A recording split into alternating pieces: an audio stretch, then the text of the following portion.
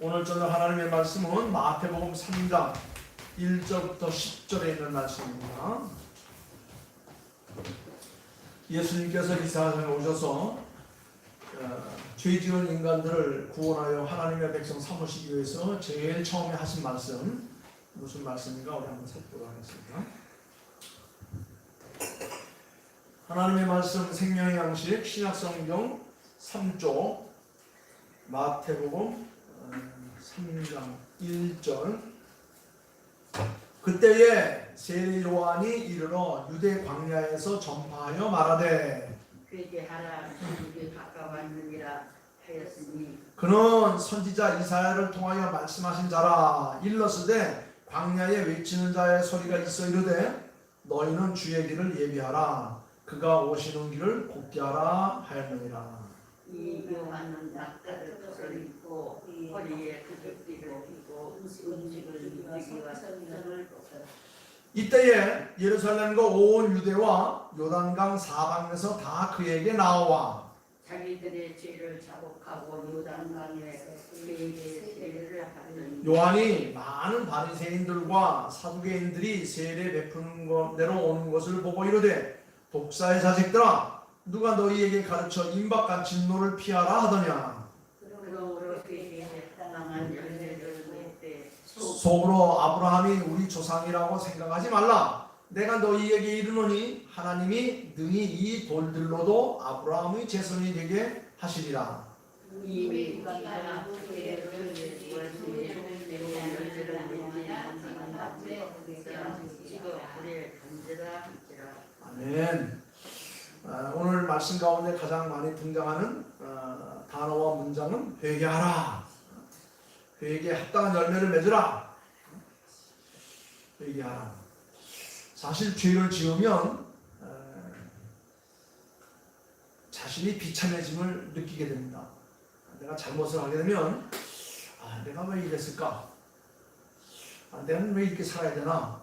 하는 그런 자괴감도 생기고 또 비참함도 생기고 또 내가 죄를 범한 그 당사자에 대해서 떳떳하지 못하고 또 비굴해지는 그런 경우들이 있습니다.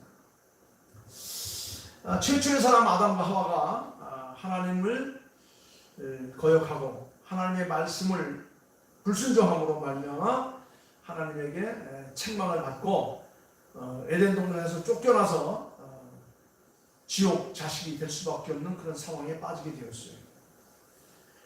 이 범죄한 최초의 사람들 자신의 신령과 육체를 보니 참 부끄럽기도 하고 참 처량하기도 하고 참 비참하게 아마 느꼈을 겁니다. 어쩔 바를 알지 못하고 스스로 노력을 해서 그 부끄러운 부분을 가려보려고 했지만은 노력해봤자 다 헛수고였습니다. 하나님을 즐거워하던 위치에서 이제 하나님을 무서워하게 되었고 하나님을 피해만 갈 수밖에 없는 그런 상황이 되었습니다. 결국 하나님 앞에 죄를 지은 인간은 스스로도 이렇게 비참해지고 또 처참해지고 또 하나님 앞에 떳떳이 나타나지도 못할 뿐만 아니라 또 그가 발을 딛고 사는 땅도 저주를 받아서 인간에게 고통이 더해지는 그런 상황이 되고 말았어요. 아담과 짝지어진 하와는 해산의 수고를 당하게 되었고 하와를 책임지고 또 자기가 일궈 나가야 할 그런 삶에 대해서는 아담은 종신도록 수고해야 먹을 수밖에 없는 그런 참 안타까운 처참한 그런 상황으로 떨어지게 되었습니다. 어떻게 하면 다시 하나님과 회복할 수 있고 하나님 만들어 놓은 아름다운 에덴 동산을 다시 회복할 수 있을까? 어떻게 해야 하나님과 다시 원상태로 즐겁고 복된 그런 에덴의 동산으로 회복이 될 수 있을까? 이것이 아마 인간의 가장 큰 숙제였을 것입니다. 그러나 인간의 노력과 수고로는 이룰 수 없었어요. 하나님께서 나서지 않으면 인간의 노력은 허사일 뿐이 없습니다. 그러던 차에 하나님께서 약속을 하셨죠. 지난 주일에 말씀드린 것 같이 창세기 3장 15절에 장차 여인의 후손이 너희를 괴롭혔던 마귀를 사탄을 없이 하고 마침내 승리하여 회복의 길을 열을 것이다. 이런 은혜의 말씀을 주셨습니다. 거기에 따라서 인간들이 취해야 될 방법이 있습니다. 그건 바로 뭐냐면 죄 지은 인간들은 반드시 회개해야 한다는 겁니다. 자기의 잘못을 깨닫고 참회하고 다시는 그런 자리에 가지 않도록 철저하게 자기를 쳐서 복종시키며 하나님께로 돌아오는 이런 삶이 없이는 구원의 자리에 이를 수 없다. 그렇게 해야만 하나님과 다시 즐겁게 지내던 에덴의 행복을 회복을 할 수 있다. 이렇게 이제 하나님께서 그에게 방도를 일러 주었습니다. 그래서 그것을 무지몽매한 인간들에게 가르치기 위해서 수많은 선지자들이 왔다 갔고 믿음의 종들이 우리나라 앞에서 외쳤습니다. 마침내 인간의 몸을 이 땅에 입고 이 땅에 오신 예수님께서도 일단 지금으로서 하신 말씀이 회개하라, 천국이 가까웠다. 그 앞서 예수님을 안내했던 세례 요한도 회개하라, 천국이 가까웠다. 회개에 합당한 열매를 맺고 너희들이 돌이키지 않으면 구원의 자리에 이를 수 없다 하면서 이렇게 회개해야 할 당위성을 우리에게 이렇게 강조하셨습니다. 자, 왜 회개해야 되는가? 성경에 보니까 아담의 범죄로 인하여서 그의 후손은 누구나 다 죄인이 되었다고 그렇게 말합니다. 사도 바울은 로마서에서 그렇게 말했어요. 한 사람으로 말미암아 죄가 세상에 들어오고 그 죄로 말미암아 사망이 왔나니 이와 같이 모든 사람이 죄를 지었으므로 사망이 모든 사람들에게 이르게 되었다. 죄로 말미암아 사망이 오게 되었다. 로마서 5장 12절 말씀에 그렇게 말합니다. 아담과 같이 범죄한 사실이 없는 모든 자손들도 죽음을 당하게 되는 것, 그것은 죄 때문이다. 이렇게 말합니다. 그 죄를 우리는 원죄라고 해요. 원죄. 로마서 3장 10절 말씀을 보니까 그랬어요. 의인은 한 사람도 다르시오. 인류의 시조 아담이 범죄하여서 죄인이 되었으므로 말미암아 그 죄인의 신분에서 태어난 자녀들은 다 죄인이라는 겁니다. 다 죄인이라는 겁니다. 그래서 다윗이 이렇게 고백했어요. 시편 51편에 보니까 다윗이 말하기를 내가 죄악 중에 출생하였으며 모친이 죄 중에 나를 잉태하였나이다. 지금은 그렇지 않지만 옛날에 노예의 자녀로 태어나면 그건 노예였어요. 종으로 태어나면 종의 자녀는 딱 종이었습니다. 여러분, 흑인의 자녀로 태어난 사람들은 다 얼굴이 검습니다. 그래서 우리는 검둥이라고 부르지 않습니까? 황인종의 아들, 딸들은 다 누렇게 황색 인종으로 이렇게 태어납니다. 백인종의 자식들은 전부 다 헐물같게 흰둥이로 태어납니다. 마찬가지로 죄인이 나온 죄인은 다 죄인이라는 겁니다. 그렇게 된 것은 다 아담의 원죄 때문이다. 백인이 되고 싶다고 흑인으로 태어난 사람 얼굴에 회칠한다고 이게 백인이 됩니까? 황색 인종이 되고 싶다고 백인으로 태어난 사람이 거기다가 황색 가루를 바른다고 황색이 될 수가 있겠어요? 될 수 없습니다. 성경은 말합니다. 의인은 없나니 하나도 없다. 모두가 다 죄의 씨로 말미암아 이 땅에 온 다 죄인들의 후손들이다. 죄가 결국 사망이 왔고 사망으로 말미암아 모든 인류는 다 지옥 자식이 될 수밖에 없었다. 이렇게 성경은 말합니다. 그리고 그 죄로 말미암아 인간의 소품은 다 부패했다.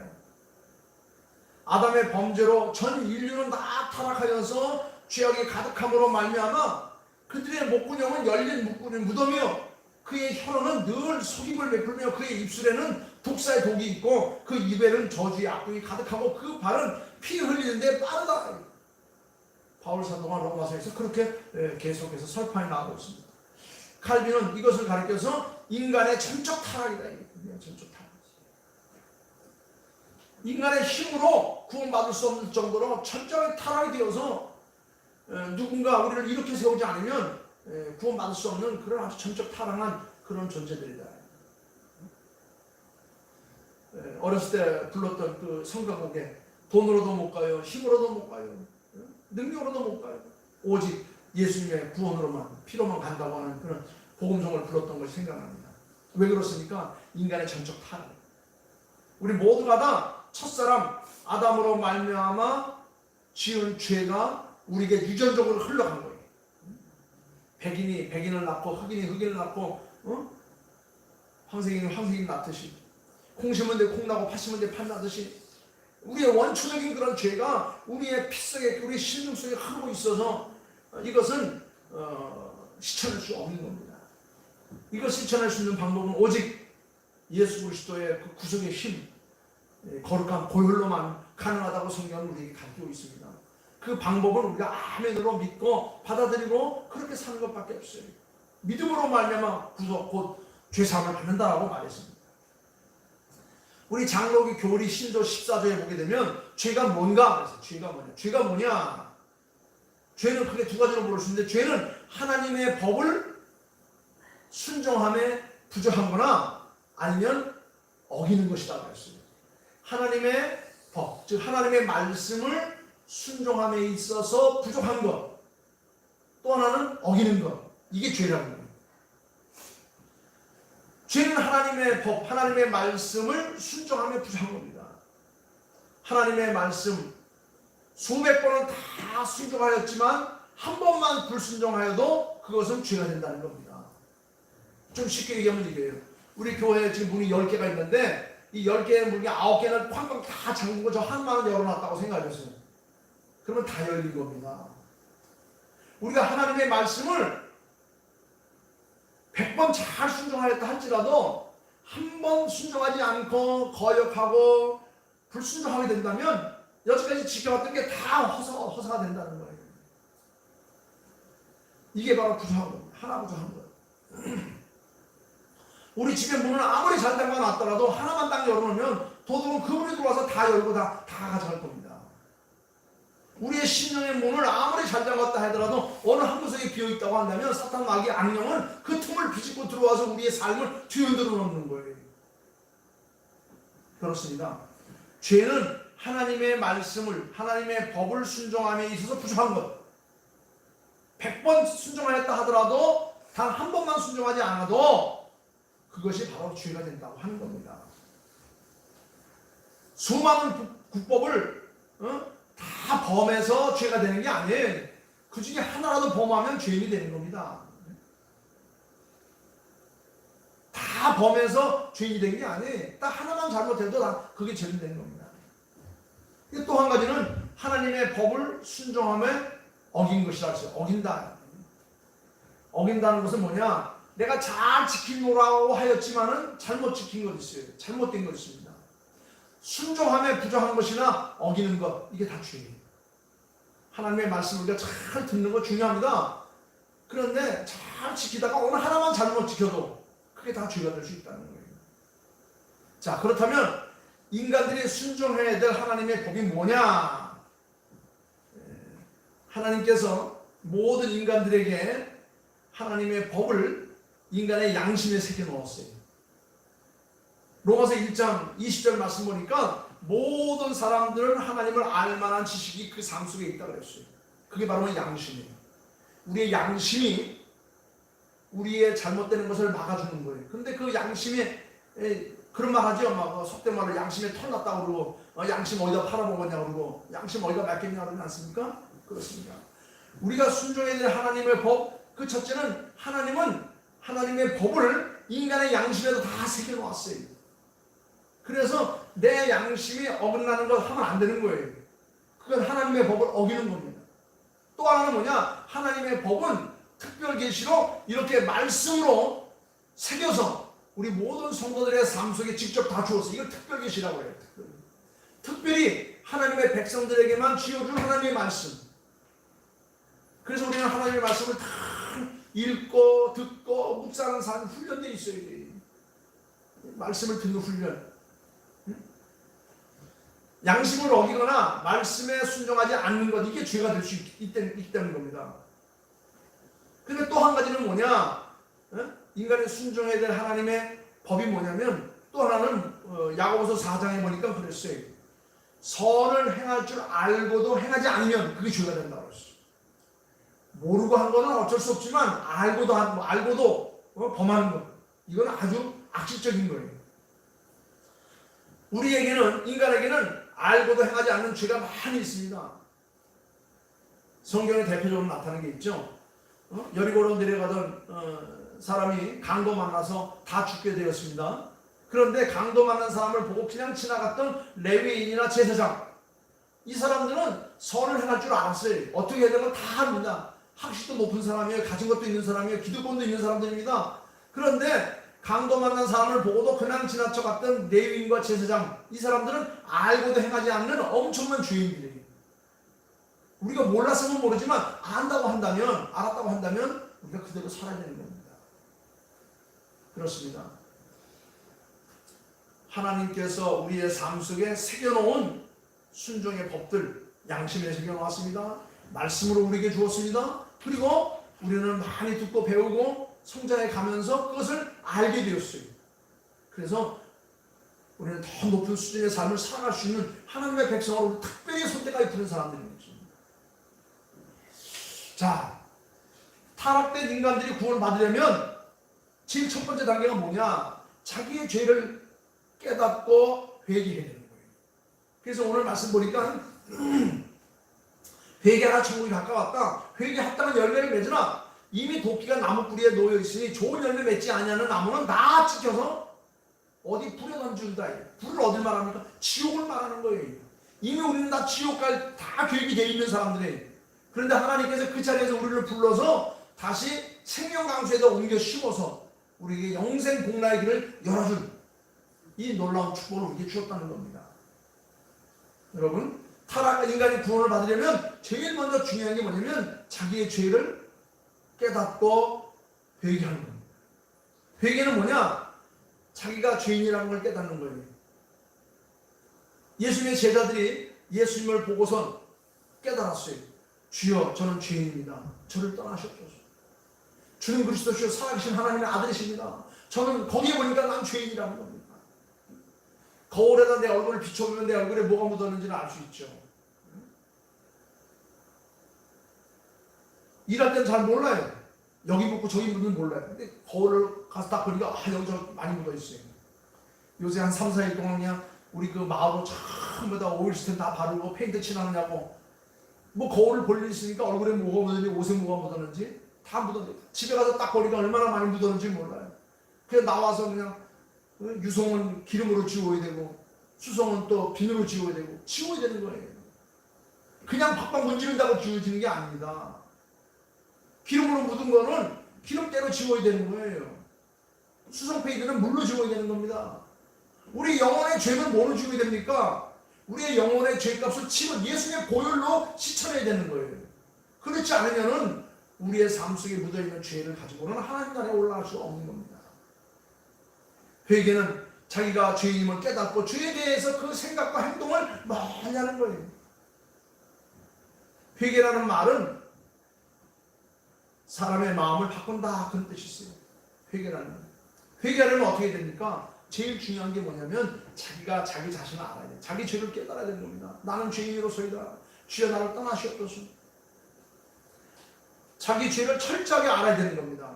죄인이 자기 죄를 모르면서 회개한다는 것은 아주 무의미한 일이며 회개가 되지 않는 거예요. 네가 뭘 잘못했는지를 알아야지.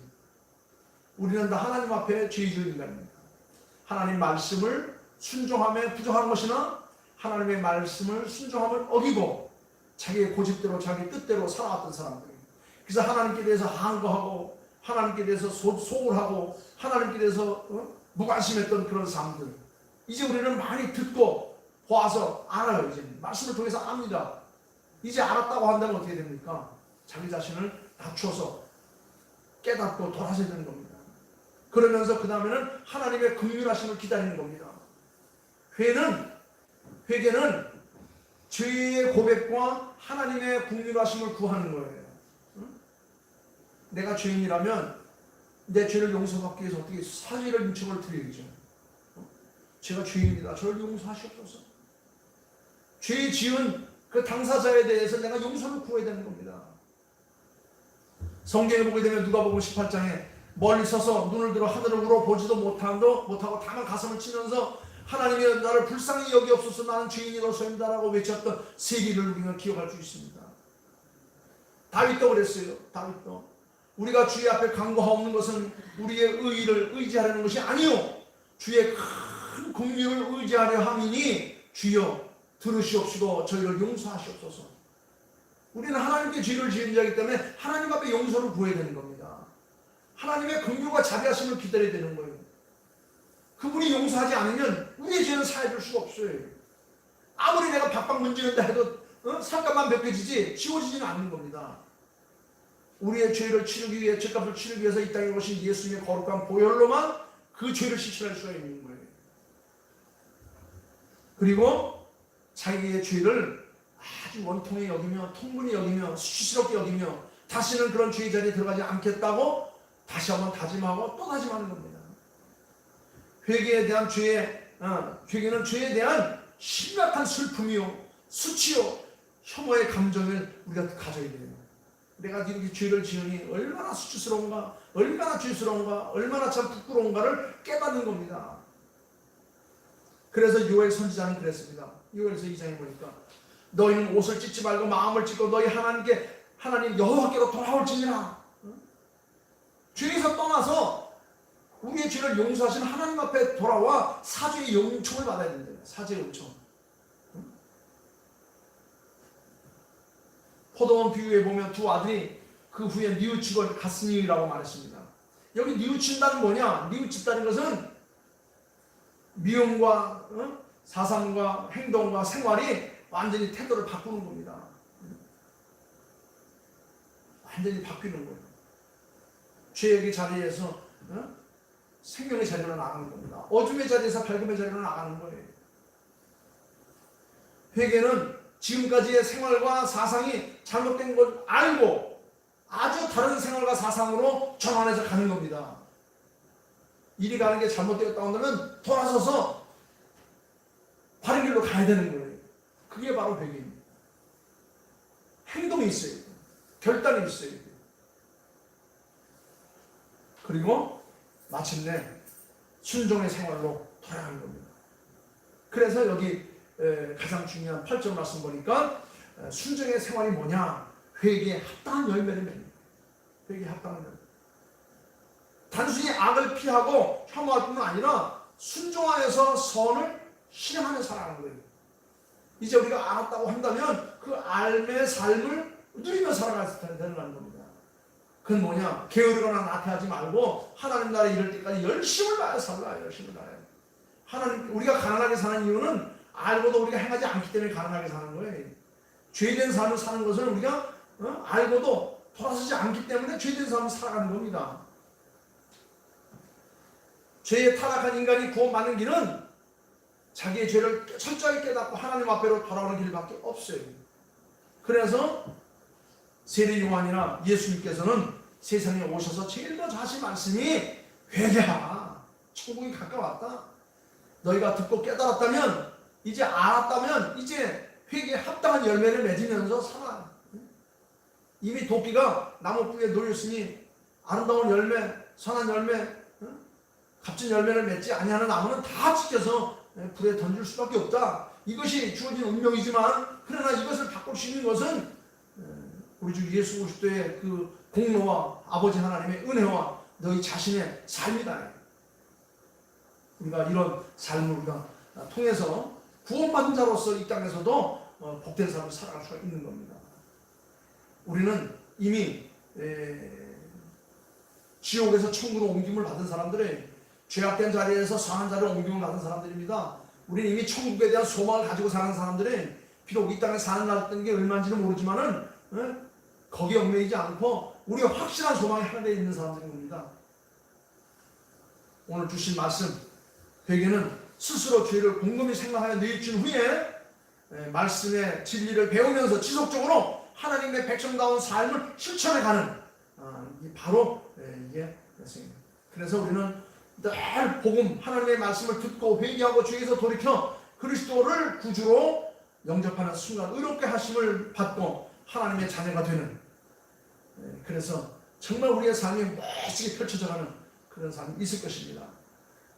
우리 모두는 하나님께 택함받은, 구원받은, 영원한 천국을 약속받은 귀한 존재들이 이것을 마음에 간직하며 오늘도 비록 세상은 힘들고 어렵지만 날마다 승리하며 하늘의 비밀을 맡은 자로서 승리하며 살아갈 수 있기를 주님의 이름으로 축원합니다. 기도하겠습니다. 아버지 하나님, 감사와 찬양과 영광을 드립니다. 죄를 지으면 자신이 얼마나 비참해지는지를 말씀을 통해서, 말씀 속에 나타난 사람을 통해서 보았습니다. 범죄한 인간은 심령과 육체가 비참하게 됩니다. 하나님을 즐거워하던 위치에서 하나님을 무수할 수밖에 없습니다. 하나님을 피할 수밖에 없습니다. 그래서 참 모든 것이 참 엉켜서 다 망가지고 말았지만은, 그런 하나님께서는 스스로 구원할 수 없는 인간들을 구원하기 위해서 긍휼과 자비를 베풀어 주시고, 그것을 이루하기 위해서 우리 주 예수 그리스도께서 참 보혈의 공로를 우리들에게 베푸신 것을 깨닫게 하심을 감사합니다. 예수 그리스도의 거룩한 피로만 우리의 죄를 씻어낼 수 있고, 또 거기에 합당한 참 회개의 삶과 열매를 맺어야 우리가 참 구원받은 자로서 이 땅에서도 승리하며 살아갈 수 있음을 말씀을 통해서 깨닫습니다. 우리 모두는 다 회개해야 할 존재들입니다. 하나님 앞에 나아가야 될 존재입니다. 하나님의 긍휼과 자비를 바라고 입어야 될 존재들입니다. 아버지 하나님, 아멘으로 화답하며 그 자리에 나아가신 자들 되게 하셨사오니 감사합니다. 오늘도 주의 전에 올라와 예배하고 돌아가는 백성들 남은 날 더욱더 열심히 회개에 합당한 열매를 맺으며 하나님 나라와 교회를 위해 힘쓰 일하는 축복된 존재들만 되게 하여 주시옵소서. 감사하오며 예수님의 이름으로 기도하옵나이다. 아멘. 아멘.